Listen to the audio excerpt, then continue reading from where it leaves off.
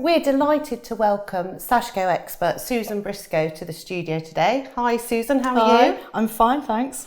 Susan's a real authority on this traditional Japanese sewing technique, having written numerous books, as well as teaching workshops and studying the technique in Japan. So Susan, first of all, can you tell us what is Sashiko? Well, Sashiko started out really as stitching on farming and fishermen's clothes. It was usually done by their wives. It was a very practical thing because the Sashiko stitching makes the fabric a lot thicker, warmer, stronger, so the clothes last longer. And then, of course, over time, it's developed really into a kind of art form with lots and lots of different stitch patterns. So you can do quite a lot with it, really. Wow, so from something that was really utilitarian into some beautiful decorative stitching that we can see here. So what do we need to get to start a Sashiko project? What are the materials that you need? Well, you need fabric, thread, something to mark it with, and a needle to stitch it with. It's really quite basic kind of materials. But the good thing for Sashiko is you need fabric that's a little bit more loosely woven than normal patchwork fabrics. They're just a little bit tightly woven. Is that to make the stitching easier, to actually pierce the fabric? Is that right? Yes, because the thread is quite thick that we're going to use. As you can see, you can get it all kinds of lovely colours as well. Beautiful. But it is a little bit thicker than your normal sewing threads, you know, your hand sewing threads or your machine sewing threads. So the fabric needs to be that little bit more loosely woven. So with these specific threads for Sashiko then? Yes, they are. They're all produced in Japan, but you can get them quite readily outside of Japan because the Japanese companies that make them export to different places, and very often you'll find them in quilt shops or other craft shops. You can buy them online as well. I've actually got two different brands there. The ones at the front, from the green forward, those are all a medium Sashiko thread, and they come in a 40-metre skein, although the company that's making them is now making them in a 20-metre skein as well, so you can just get a small one to make a colour accent for your project, whereas the one at the back, there's actually 170 metres on that, so that will keep you going for quite a long time. Well, and that's a finer. That is a little bit finer, yes. When they're stitched, there's not a lot of difference between the two. In fact, the sample I've got on the front of the table, this one here, is mostly stitched with the finer Sashiko thread, but it has got a few little bits. I think the turquoise colour was actually a medium one because when I stitched that I didn't have any fine turquoise thread to hand. Okay, so we've got our thread, we've got fabric, and then we need needles. Yeah, the Sashiko needles, they're quite a special needle really. They're very rigid. They've got quite a long eye, well most of them have quite a long eye, and they're very sharp as well because the stitching technique that we're going to use involves pleating the fabric onto the tip of the needle, and if you do that with an ordinary needle, even something like an embroidery needle, you find very quickly the needles start to bend. These don't. So I've actually got two different packs. These are both produced by the same company, by Clover. This one comes with 3 very long needles in it. And this one has a selection of 8 slightly shorter ones. And really, for the project that we're doing today, we could use any of those. Right. They're very sharp, though. Don't stick them in yourself. Okay, careful with the Sashiko. Oh, yes, absolutely. And then a range of marking materials. Yes, because Sashiko is usually stitched on the traditional dark blue, although you can use other colours, you're going to need a marker that will show on dark fabric. So your normal, blue washout quilt or embroidery marker isn't going to show. So you need something that's white or, light colour like yellow. So we've got a few different kinds of markers there. Everything from the very traditional, which is this one, which is the Hera, through to the slightly traditional, which is this thing here, which is a Chako liner. It's actually a Japanese chalk wheel. It's a little bit like a dressmaker's chalk wheel. Yep. And then we've got this, which is it's made for quilting, and it's got a yellow coloured chalk lead, and it's kind of a propelling pencil. That kind of thing's absolutely fine. And then we have these two, which are 2 Clover white marking pens. This is how it's sold for Europe and America and everywhere people speak English, I suppose. And it says white marking pen fine, but this one is labelled for the Japanese market, and it says exactly the same thing, but in Japanese. It looks prettier, doesn't it? It does. It looks very cute. Okay, so we've got all our materials and we are going to talk about making this particular pattern, is that right? Yes, we're going to do the Asanoha or hemp leaf pattern. It's Okay. probably one of the most popular traditional patterns for Sashiko. Like most of the Sashiko patterns, it just isn't something that originated in Sashiko. It's been adapted from other things. So if you're in Japan, you would see this design on everything from pillars at a temple through to origami paper. Right. It's all over the place. It's actually a Buddhist design, and it's associated with women and children. So it used to be stitched on clothes, for children as well as for adults, because it's considered to have a protective kind of quality to it. It looks complicated to draw, and when most people start Sashiko, it's the pattern that they're really wanting to do, but they don't know where to start with it. And I get people saying to me, "Oh, can I buy a stencil so I can, draw through onto the fabric?" You don't need a stencil. You can actually draw the whole thing from scratch yourself. So we're making this hemp leaf pattern. Yes. But I've noticed that this frame that we're using is different size to this frame. Is that a problem? And can you translate this pattern to different sizes? It's not a problem at all. You can really play around with the pattern. You can draw it as large or as small as you want. You can stretch the pattern. So although we've got 2 repeats of the Asanoha pattern in this piece here, when I do it in this frame, we're just going to give it a single repeat. And if you're wondering what it's going to look like, the wall hanging that we've got behind us, you see, we've got the same pattern here. Oh, yes. It's actually going to be a little bit around the size of that one, or maybe that one by the time we're finished. Here, the pattern is done more traditionally within a square. Yeah. There, we've got 2 repeats of it. Up there, we've got a little single repeat. But here, you can see we've just stretched the pattern out to fit to the size of the piece that we've got. So what's the first step? Well, the first step is going to be to mark our pattern on the piece of fabric. Now, when you're putting it into a frame, you need to know how large the middle of the frame is going to be. So we'll actually put the piece of fabric temporarily in the frame, and I'm going to draw around it for that. But just before we do that, I'd like to point out that I've taken this to the sewing machine, and I've used an overlocking stitch on my machine just to go around the edges. That's the selve edge, by the way. That's why I haven't gone down that side. Yeah. It was okay with this fabric to leave it on.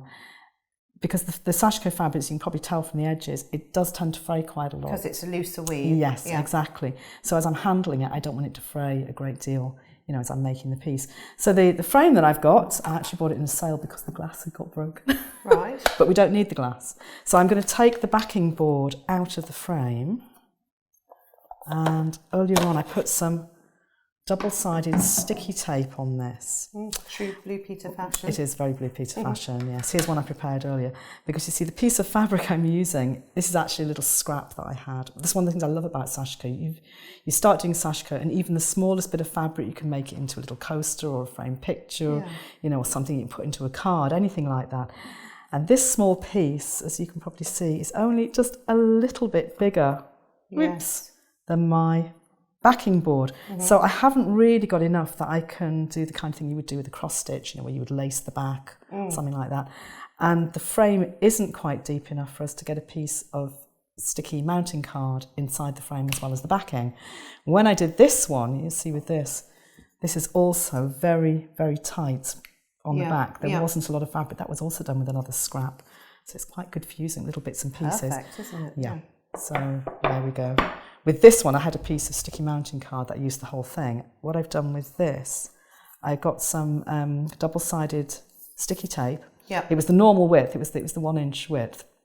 And I've cut it down into little thin strips, just put a bit round the edge so that I can actually line that up. I just need to, I'll put my glasses on to be able to see what I'm doing. I need to just pull off little bits of tape. Can I help? Maybe, yes. They're a bit more stubborn than I thought they would be. Okay, and so then we're going to... So do you have to be a bit careful when you're sewing around the edge of the fabric to secure it, so that doesn't show through, or if you're going to use it for a different project? Yes, what I do with my machine is if I'm using a zigzag, I would make sure that it was a little bit under a 1/4 of an inch. Right. Because then it's going to disappear into the seam allowance when I attach it to something else. Because when I'm making a piece of Sashiko, I'm nearly always going to make it into... a little piece with some patchwork around it, or so you've got your 1/4 inch seam allowance there. Yeah, and that's not going to show through. That is going to hide that little bit of stitching at the edge. So it doesn't really matter what colour you do it with. Yeah. As long as you don't go beyond that quarter. It just so happens with this one, it happens to be blue, but yeah, I could have done it in bright yellow and it wouldn't show. So I've got my little backing board. I'm just going to pop that down on here, try and get it nicely centred, really. There we go. I don't want it to stick permanently at the moment, so I'm not going to press down very hard on it. But now I'm just going to pop this into the frame. I know my fabric has got a little bit creased, but that doesn't really matter because at the end we're going to iron it before we actually put the whole thing together. Okay. And I'm going to pop it into the frame temporarily. Oops, it has to go in at the bottom of this one, I think, first. Yeah. So we're sliding it in here so we can see exactly what's on view. Stitching space that's going to be framed. It's actually quite tight now with that little bit of fabric at the top and the bottom. I can flip it over. Yeah. I'm going to use my white marking pen. So I must admit, this is my favourite marker. So is this an iron-off pen or is this? It is, yes. Okay. Yes, it is. You can remove the line either with heat or with water. So you can wash it off or you can iron it off. But I'm just going to draw around. It's just like drawing with a ballpoint pen or a gel pen or something like that. You don't need to scribble around on it. That's just given me the outline now that I can use. So is there an issue with washing, Sashko? Not because really. I'm just thinking the darkness of the blue and the whiteness of the thread, is that not a problem? If you're using a natural indigo fabric, and you can get natural indigo Sashiko fabrics, yes. Right. That would then transfer a little bit of the colour into the white thread. But that is actually considered to be something that's quite attractive. Okay. And you can buy very, very pale blue Sashiko threads that almost have that kind of effect to them already. But with these fabrics that we're using, the blue will not wash out. These are not actually natural indigo. And in fact, I don't tend to use natural indigo very often because it does come off all over your hands. Plus, I found that some people are actually allergic to it. Right. So, yeah, I have to be a little bit careful. So I've just drawn all the way around that. I'm going to pop this out now. I hope it's going to pop out. Oops. Yes, it will. There we go.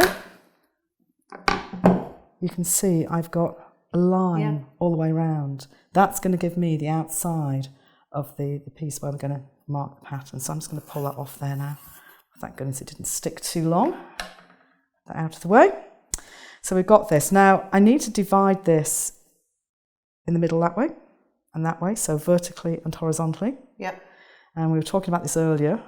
I said, yes, you could measure it with the ruler, but we thought maybe the easiest thing is just fold it in half. I like the simple way. Yeah, I do as well. I'm just going to make sure, though, that I'm lining that up because I realise that this might not be quite in the middle of the rectangle. One of the nice things about this is if you are a tiny bit out with it, it probably doesn't matter too much. Just put a little crease there. So you've got to be careful that you join up the lines rather than the edge of the fabric when you're trying to find that centre point. Yes, that's exactly what I was doing, yeah. So I'm going to just draw a line through the middle here. In fact, one of the things you can do is you can put it on your cutting mat and you can use the lines on the mat to kind of help you. Yes. I think that frame was sort of nominally 6 inches by 4 inches in the middle, but I'm not too worried about it because I can stretch the pattern to whatever size I want. So I'll just put a line through the centre. And I'm going to put another line through the middle here. Just seeing that I'm in roughly the right place. Yeah, that's good.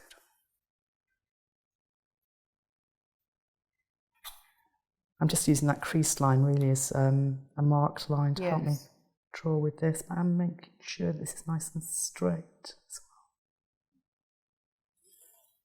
well. There we go. So, as you probably noticed as well, you're looking at that line thinking, I can't see anything just yet. It's because the pen goes white as it dries. Oh, okay. Yeah, but when you first draw with it, the line isn't that obvious. You can probably see now that line is starting to appear. Yeah.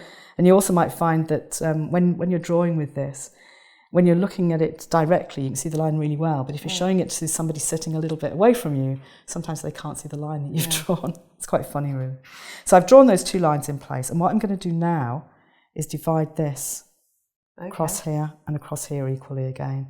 If I'd started out with a square, of course, at this point I'd have 4 squares. But I started out with a rectangle, so I got 4 rectangles instead.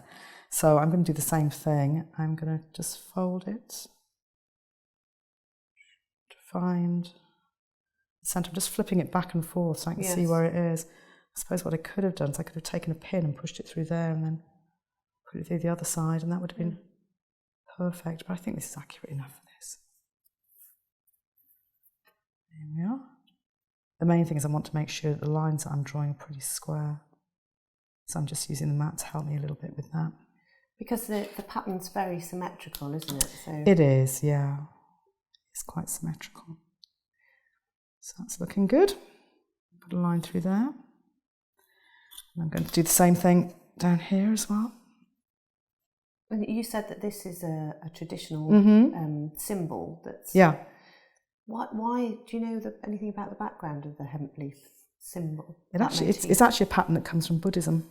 Okay. So it came to Japan with Buddhism, which I think is about the 6th century or something like that. So there we go. So it goes back quite a long way. And like I was saying, it's not a pattern which is unique to Sashiko. In fact, most patterns in Sashiko have been adapted from other things in Japanese culture.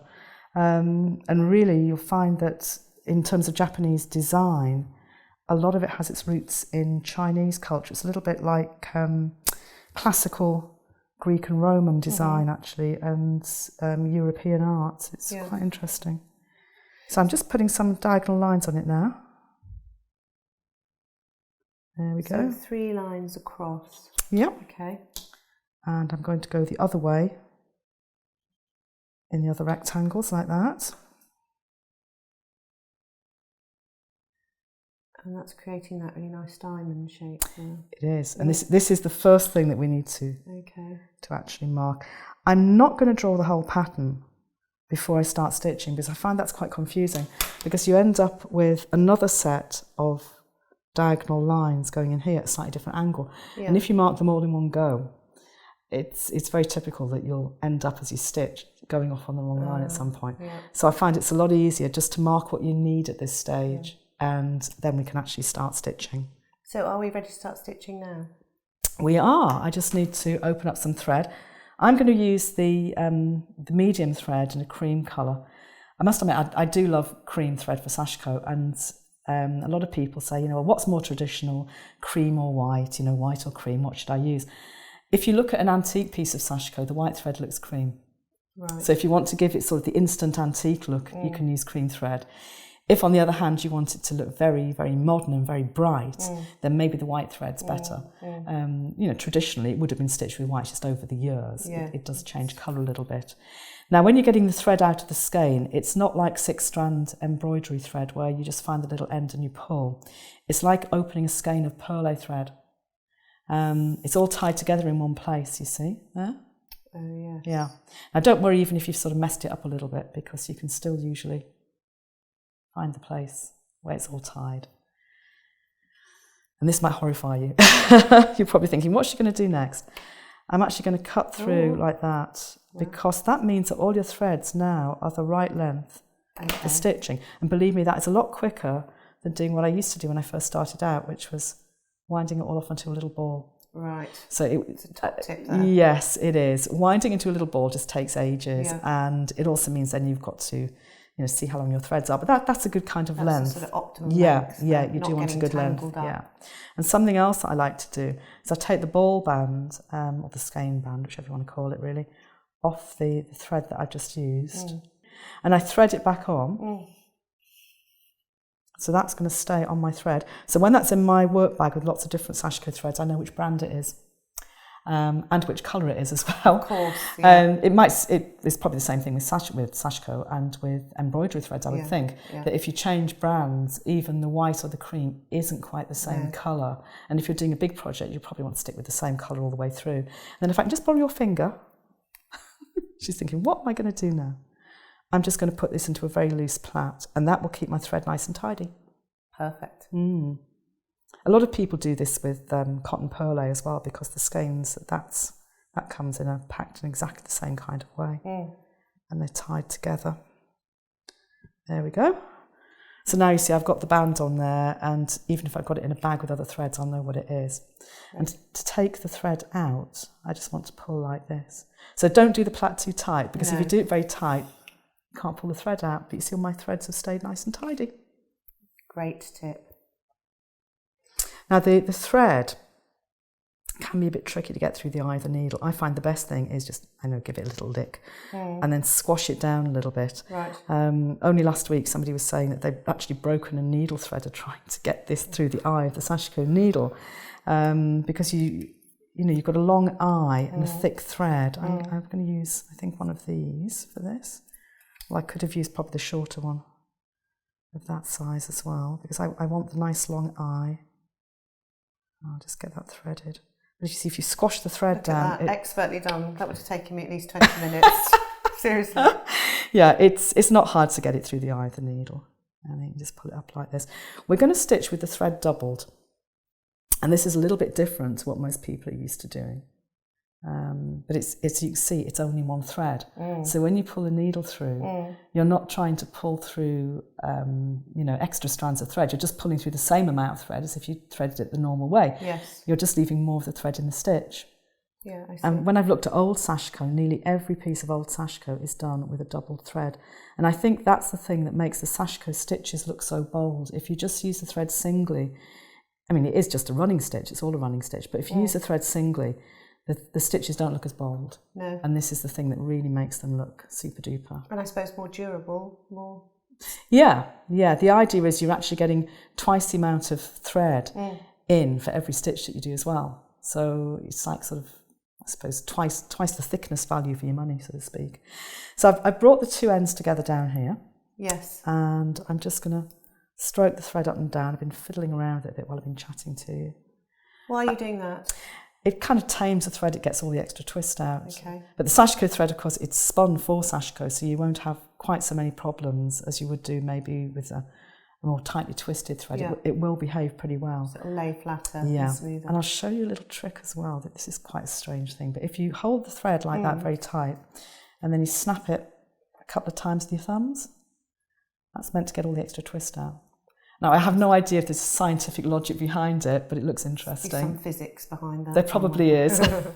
And then I'm just going to tie a knot in the end, like that, and then I'm ready to start stitching, because usually you would start and finish with a knot. There is a way of doing Sashiko where you start and finish without a knot, but I was always told, well, it was used for farmers' clothes and things that had to be really hard wearing.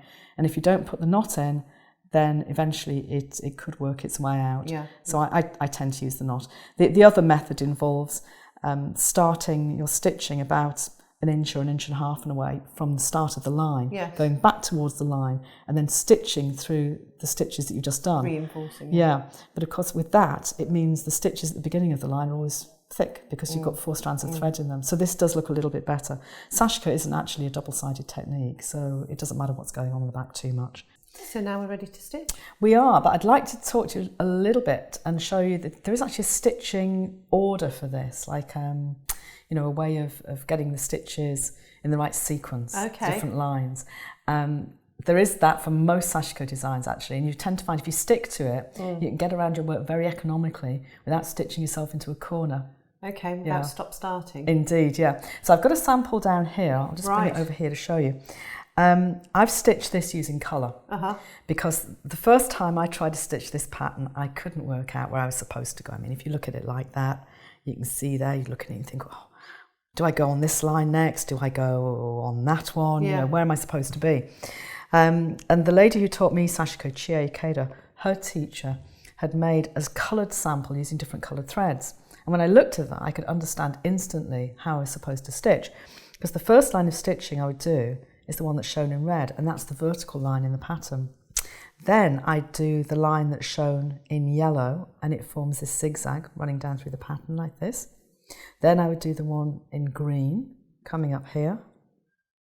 Takes me back to the point where I started. And then we're ready to do what I usually call the shallow zigzags, these ones here. I've done it using the turquoise coloured thread going down to there, and the tan coloured one up there. How clever. Yeah, it makes it so much easier to understand, doesn't it? You don't have to start with your thread then, you can just, it's pretty much continuous. Exactly, because you're doing this kind of continuous line. Yeah. And that's one of the things that you're looking for in Sashiko, really. Okay. Then right at the very end, we'll do the horizontal lines going across the pattern. So of course what I've got here, I've just got one repeat. So if I fold this up, I'll show you. There we go. What I'm really doing is that. Yes, it's just a single repeat, but of course I've stretched the design a little bit. So I'm going to start and do the line in the middle first, running straight down the centre. Now the stitching action for Sashiko is a little bit different to the way you normally stitch, because we're actually going to pleat the fabric onto the tip of the needle. This is why the needles had to be, very stiff, like I was saying. I'm not going to come up right at the very end, because you see, wherever the lines cross, we want to have just a tiny gap, like that. It's to stop the stitches crossing on the front, because if it crosses on the front, you'd eventually end up with quite a bump. And in fact, I'll just show you on this one on the back. If you look here, you can see you've got quite a lump of different thread lines crossing, and that would be a really weak point on the front. So you try to leave a little space where your lines in the pattern cross over. So first of all, I'm just going to stitch like this, and I'm pleating the stitches. Well, pleating the fabric onto the tip of the needle to make the stitches. I haven't pulled my needle through yet either. So a lot of stitches on your needle then. You'd be amazed. You can really get a lot of stitches on with a bit of practice. When you first start, it might feel that, I can't get quite so many, but yeah, this is why Sashiko's quick.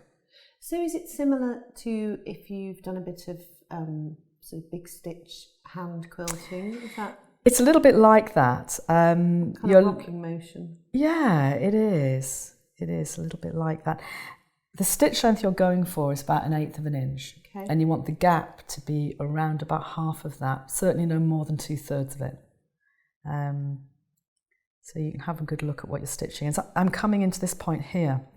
This is actually the middle of this this piece here, same part of the design. So as I'm coming down towards this, I'm trying to think, well, how many stitches can I get on there?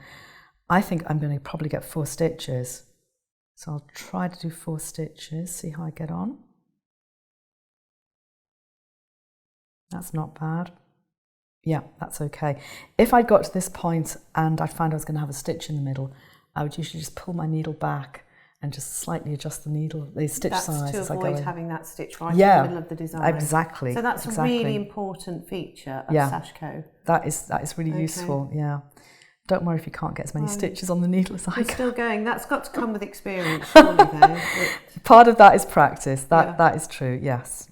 And it does mean you can go quite quickly. I'm slowing down a little bit, really, so that everybody can see it a bit better. But it means you can get a lot of Sashiko done. It's surprising. Yeah, because it looks like the designs look intricate, and it probably looks harder than it actually is. Is that right, or is that just naive of me?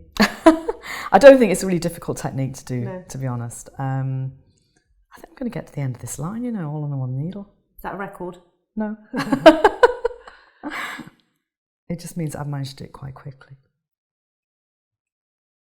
There we go. And I'm going to take my needle through onto the back. Would you always finish at the back there? Where you're going to change direction. And I'm really pulling the stitch off the back of the needle as much as pulling the needle through. So I actually have to give it a little wiggle. Is that so you don't sort of snag at the fabric, or is it just sort of Not easy? really, it's just easier. There we go. I've pulled all that through, and you can see now my Sashiko's looking really scrunched up. Yeah.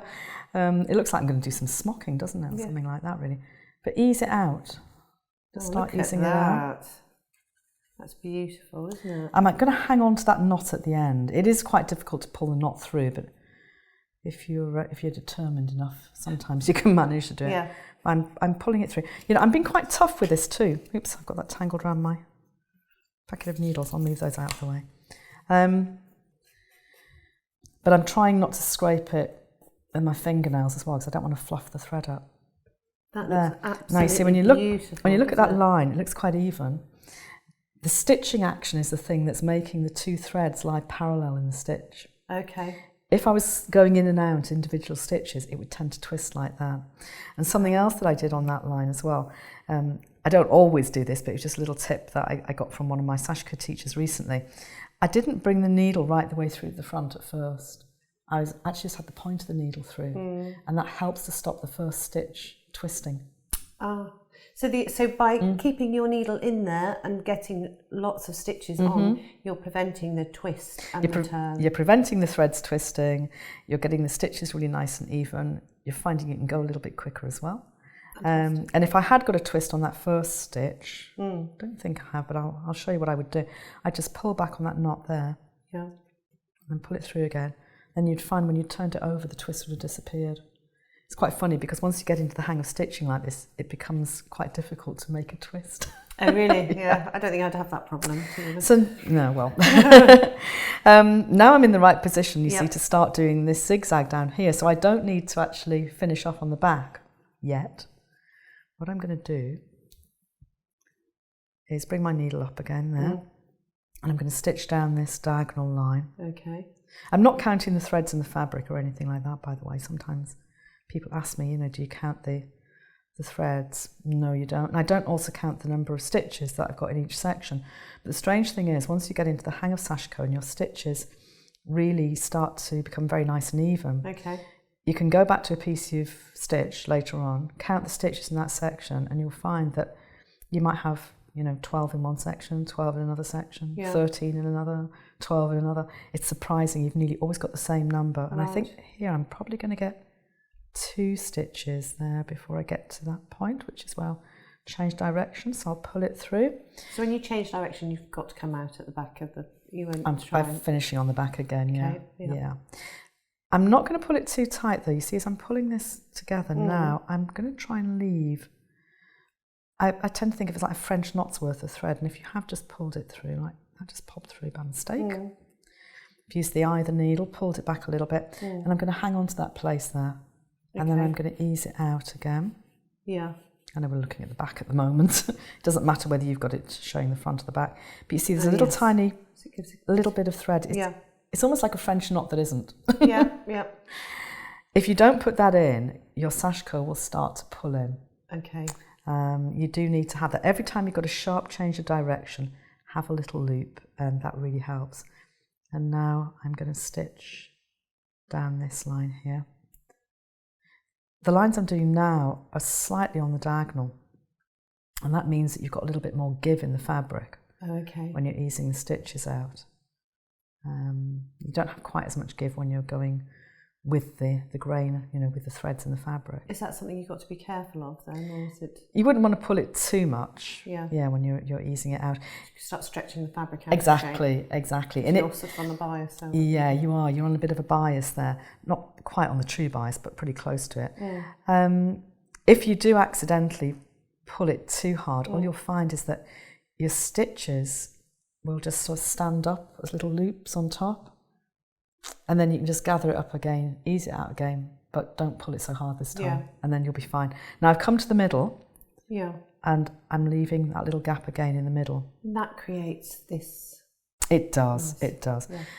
It doesn't matter if you can't get all the stitches on, actually. It feels that you can be quite sort of, tough with it. Yeah, you don't have to sort of precious, delicate stitching. I like that. Yeah.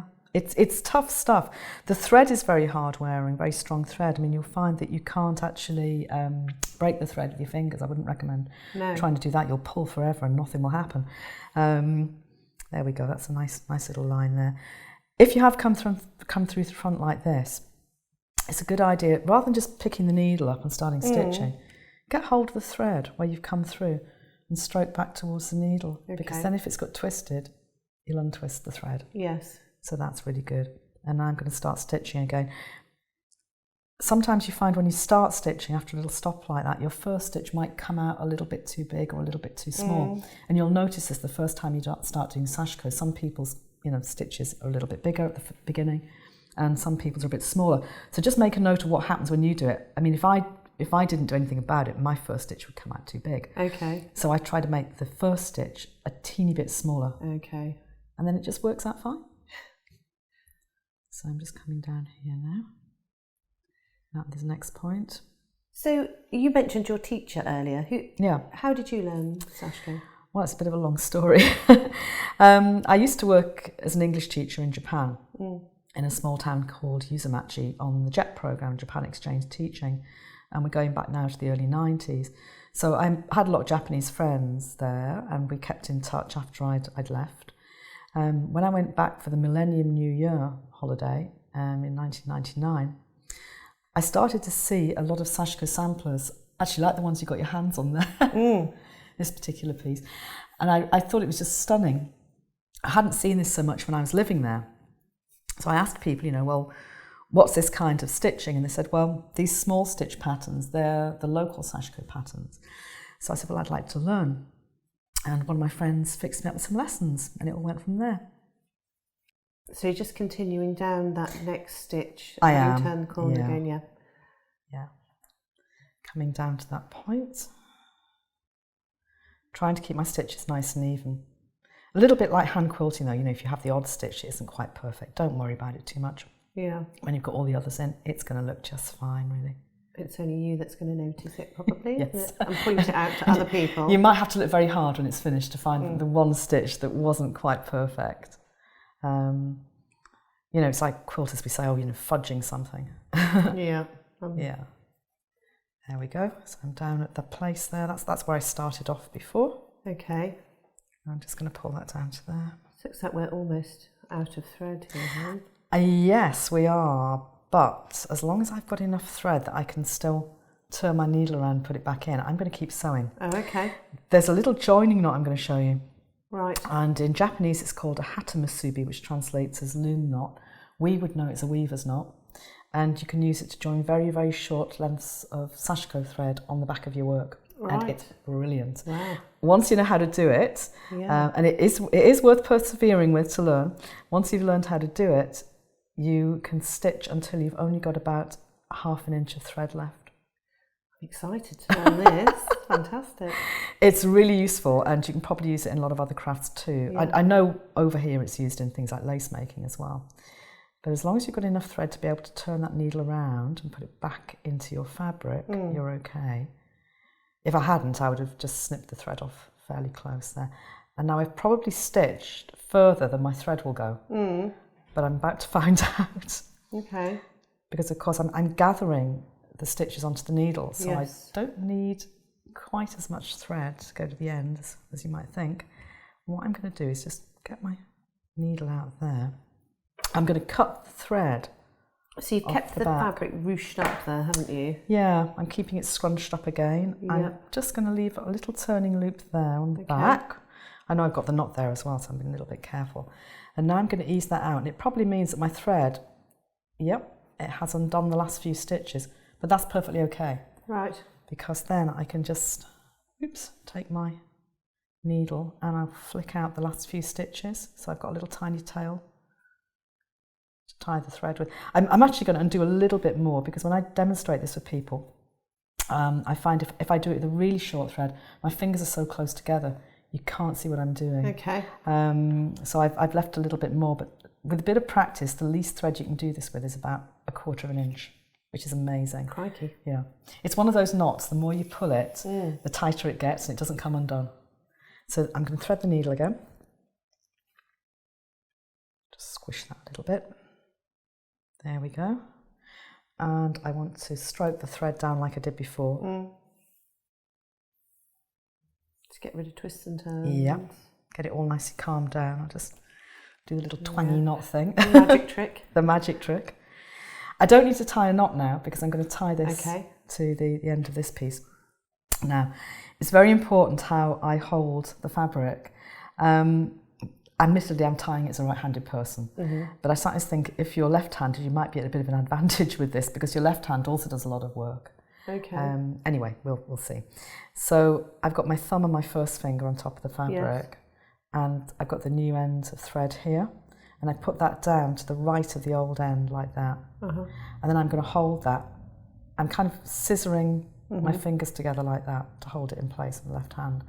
I'll actually let that go a little bit longer. If I was tying this at home, I was just doing it for myself, I would have that really short. Okay. But I'll have that thread a little bit longer, just to keep my fingers away from the knot so you can see what's happening. And then I bend the old ends over. I'm going to try and keep those together as well, like that. Then I do all the rest of the work with this. And I'm not trying to hold the needle, because I find if I hold the needle, my hand's so busy holding the needle, I can't do anything else. So I make a loop going off like that over my thumb. Goes off to the left. And I'm going to lift my thumb up and put it down quickly, because I need that thread to go underneath my thumb, and that's the easiest way to do it. Then you go underneath the new ends there, and as soon as I've done that, I'm going to hold it with these two fingers. That's why you've got to have that finger on top. If you don't have that finger there, very quickly you haven't got enough fingers and thumbs to hold all the little bits. Then I'm going to go over the old end like that, and I've left that loop nice and big. So I can bring my thumb up underneath, bend that old end through the loop like that, Wow. hold it and pull. Now I'm just going to keep pulling that thread and that will close that knot up.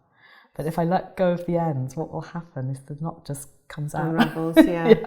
That is a very cool knot, isn't it? It's a very cool knot. So I'm going to tie it again for you. This is the kind of thing that people like to see a few times, really. Yeah. So there it is. There's the new end. There's the old end. Put it down like that. Bend the old end over it.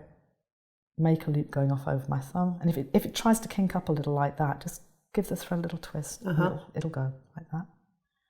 Lift my thumb up, put it down, under the new end like that, over the old end, bend the old end through the loop, all the time I'm holding the little end, yes.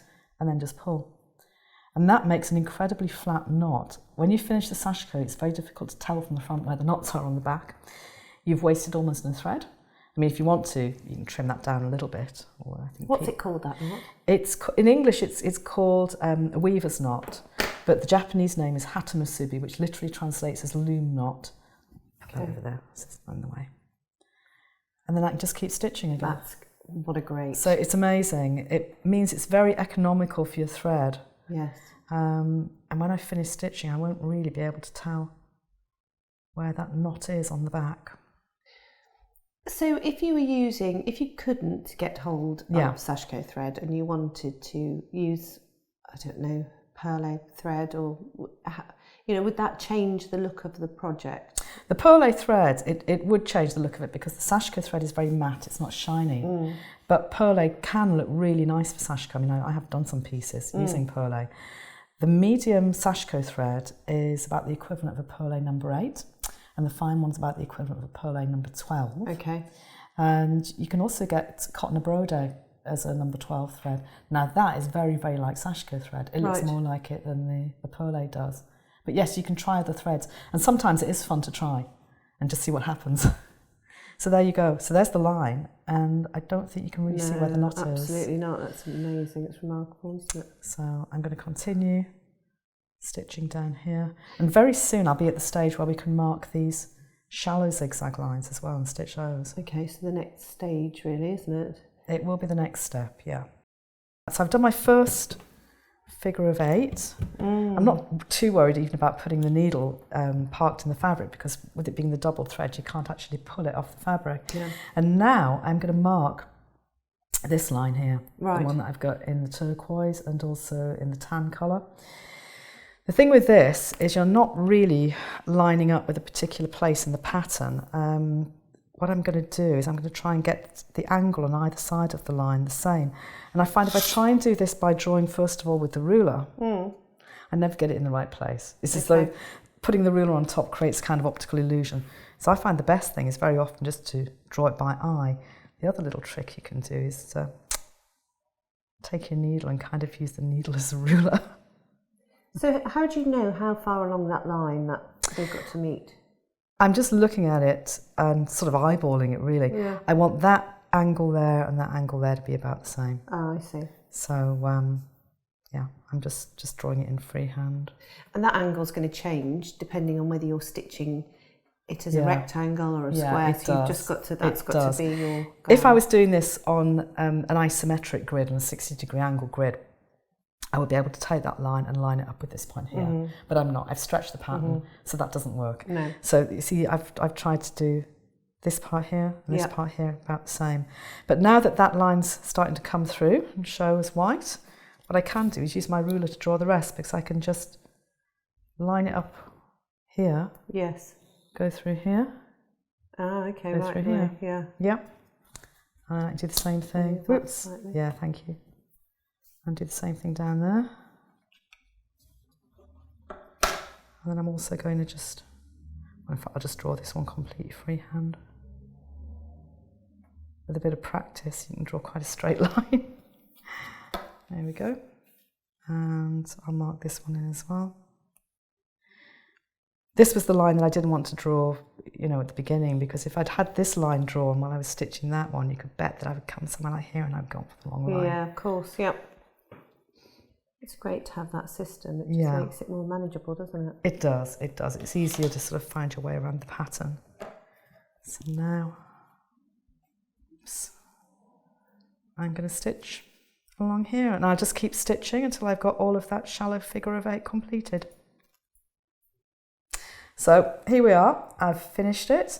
All I've done is I just added the shallow zigzag stitching down the middle, and then of course I've added a shallow zigzag down the side as well to complete the pattern. It looks beautiful. And the little bit at the end is just doing these horizontal lines going across. So like what this. Happens with the horizontal lines, with that gap there? It's just stranded across on the back, you see. You don't actually have to start and stop. If you're only just going across about 1.5 inches, that's okay. Yeah. Any further than that, I would actually tie it off with a little knot. And of course, where I finished the lines of stitching, I've just tied a small knot on the back. Yes. So it's pretty easy to finish off. And I've taken the lines off and pressed it a little bit. The iron, of course, took all of the marks off there. Oh, yes. Yeah. It looks stunning. Thank The you. contrast of the cream on the blue is gorgeous. Yeah, it's funny. It looks a little bit white, doesn't it? Yeah, it But does. it is actually a cream thread. I haven't changed the colour, honest. So all I need to do now with it is just put it into the frame. Okay. So I've got my frame here, and we've got the little bit of sticky tape around the edge. Yep. So I'm going to try and get this lined up quite nicely now. It might be easier to do it to put this face down actually. And then pop this onto it. If it doesn't quite line up exactly in the middle the first time, I can always take it out of the frame and give it another little go. Let's have a little look. It's probably holding it just fine. That actually looks pretty good. Just smooth it out a bit. And then you wouldn't bother putting any glass on the front of it, would you? I wouldn't, because it would just tend to squash it down a little bit. And you might also find that with some frames, by the time you've got the thickness of the Sashiko in there, you've actually got too much for the depth of the frame. So I'm just going to put it in here. I think I'll do it this way around. Slide it in. It's just a nice thing to do, especially if you've just done a little bit of Sashiko just to try it out. Yeah, absolutely. Popping it in a frame, it just makes it look great. Yeah. And it's a nice way to keep a little original piece. Oh yeah, that's not bad. Look. Not bad at all. It's absolutely stunning. I There you love go. it. Yeah. Wow. But so if you didn't want to frame it, what else could you You could do with lots of different things with a panel like I that. suppose we've got... This little bag that I made as well. Oh, look, yes. Yeah. So I've just put it in the centre, piece of patchwork around the Sashiko, and it's all lined. Yeah. Yeah. So you can do quite a lot with it. Of course, you can make something like this. This beautiful wall hanging. You could do it as table runner design. You can do it as an all-over design because, of course, remember you can repeat that pattern, as many times as you want. I know here we've just got the 4 repeats. Yeah. And also, a lot of the things that we did with this apply to other Sashiko patterns as well, like the one I've got on my little pincushion here, which is Shippo. There's a curved line pattern, but again, where the pattern's crossing, we leave a little gap there. It's stitched in the same kind of way. Yeah. So yeah, you can do a lot with it. You can apply it to all sorts of different You designs. certainly can. Oh, well, that's wonderful. Thank you so much for sharing your expertise with us, Susan. That was so enjoyable. I can't wait to get started on my first Sashiko project. Thanks very much. Oh, thanks very much for inviting me.